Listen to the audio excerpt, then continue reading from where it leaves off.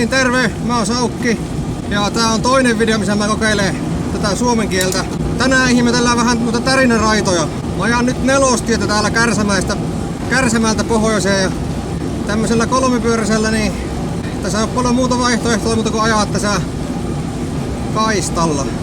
Tähän on näköjään veetty uusi asfaltti, mutta tuolla reunassa on vielä tommonen vanha tärinäraita. Ja tuossa ei vain, sinne ei vain mahu pyörä tuonne Pientarin ja Tärinärajan väliin.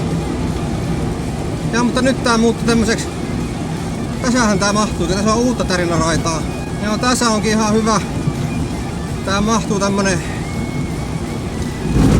Mitä helvettiä? Se loppu kesken. Ei jumalauta. Aivan hirviää. Ja nyt taas. Tuonne ehkä mahtuis. Mutta kun ei vihtisi tässä ees taas poukkoille tuon viiva yli. Täikö sitä nyt kuitenkin koittaa tuonne mennä? Joo, tässä taas mahtuu ajaa. Mun mielestä tämmönen tärinäraita on vähän hengenvaarallinen. Varsinkin näin, että se vaihtelee tuolla lailla niinkö tässä. Että välillä on hyvä pientare niinkö tässä ja sitten yhtäkkiä se loppuu.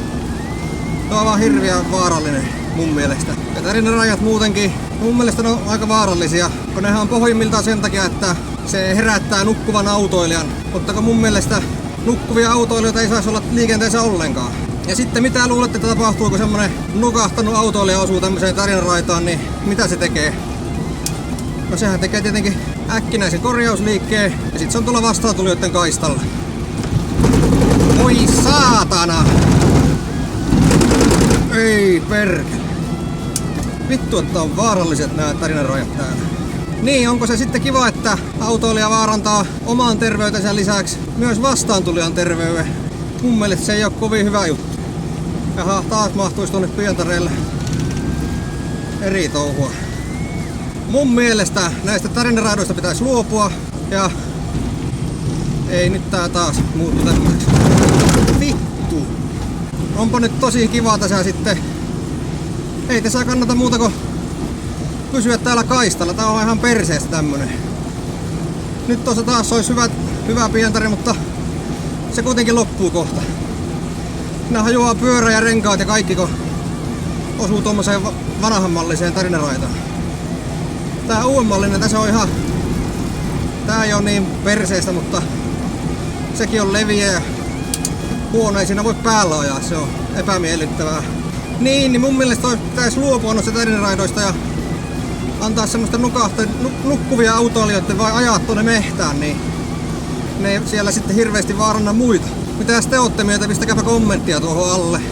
Nyt tässä olisi taas ihan hyvä ajaa tässä. Tämmöstä tämän pientareen pitäisi olla joka paikassa. Tähän mahtuu justiin tämmönen kolmipyöräinen. Sä pystyy ihan kevyesti. Tuon reilu 40 vauhtia tuntuu ihan hyvältä ajaa tässä. Tää on tasainen eikä oo mitään roskiakaan näköisellä. No tuossa on joku roska. Ei saatana. Voi persee. Kenenhän idea tämä niinkö on ollut? Onpa tosi mukava ajaa täällä. Ja katoppas nyt tuonne taas mahtuu tuonne Pientareille. Minusta tää ei oo yhtään hyvä, että tällä lailla niinkö vaihtelee tuon reunaviivan puolta, koska pitäisi niinkö pystyä ajamaan sillä lailla ennakoitavasti. Ja nyt muut ei pysty ennakoimaan mun liikkeitä. Nyt kun mä ajan tässä hyvällä leviällä Pientareilla, kohta se taas loppuu ja mä aion vaihtaa toiselle puolelle. Nyt loppuu Pientareista leveys. Joo, tuonne ei enää nyt sitten mahtunut. Mutta tää on tämmönen uudemmallinen tärinäraita, niin tämä on paljon miellyttävämpi ylittää, että sä ei menetä hallintaa. Kun se vanha-aikainen, tää tuossa oli muutama pätkä, niin se on kyllä vaan hirviää. Tuntuu, että koko pyörä hajuaa, kun siihen osuu yksi rengas osuu siihen raitaan. Ja nyt tuonne taas mahtuisi tuonne Pientareille. On tämä kans. Onko tässä nyt sitten mitään järkeä? Katsotaanpa nyt, että miten nuo autoilijat ohittaa meikäläisen, kun mä ajan nyt täällä Pientareilla. Tuosta ne pyyhkii ohi paljon mitään välittämättä. Osaa vähän väistää, joku ajaa ihan vierestä. Sieltä tulee auto takaa. Aika läheltä veti tosta ohi. Sieltä tulee auto ja mitenhän käy. Tuo ei väistänyt yhtään. Tuo vähän kävi tuolla keskempänä, mutta ei sekään hirveästi antanut tilaa.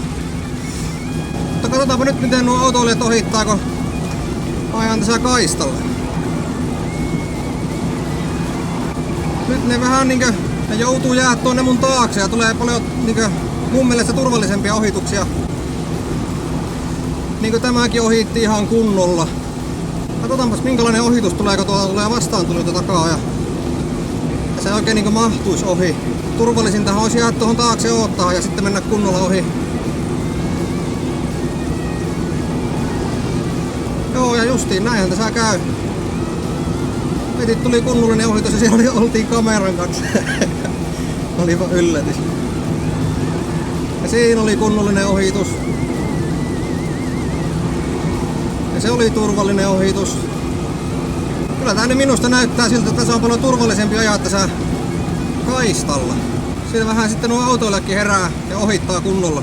Tää on kuitenkin sen verran näkyvä vehe, että tämän kyllä huomaa. Lisää valovi liikkumassa tuossa katolla, että pitäisi kyllä näkyä kauas. Mitenkäs teidän mielestä tässä pitäisi ajaa? Kannattaako mun tehdä näin, että mä vaihtelen tätä puolta koko ajan, että ajanko välillä ajan kaistalla ja välillä pientareilla? Vai pitäisikö mun vain pysyä tuolla kaistalla? Se olisi nimittäin paljon ennakoitavampaa. Ei tule semmoisia yllättäviä sivuttaisliikkeitä. Mitä mieltä te olette?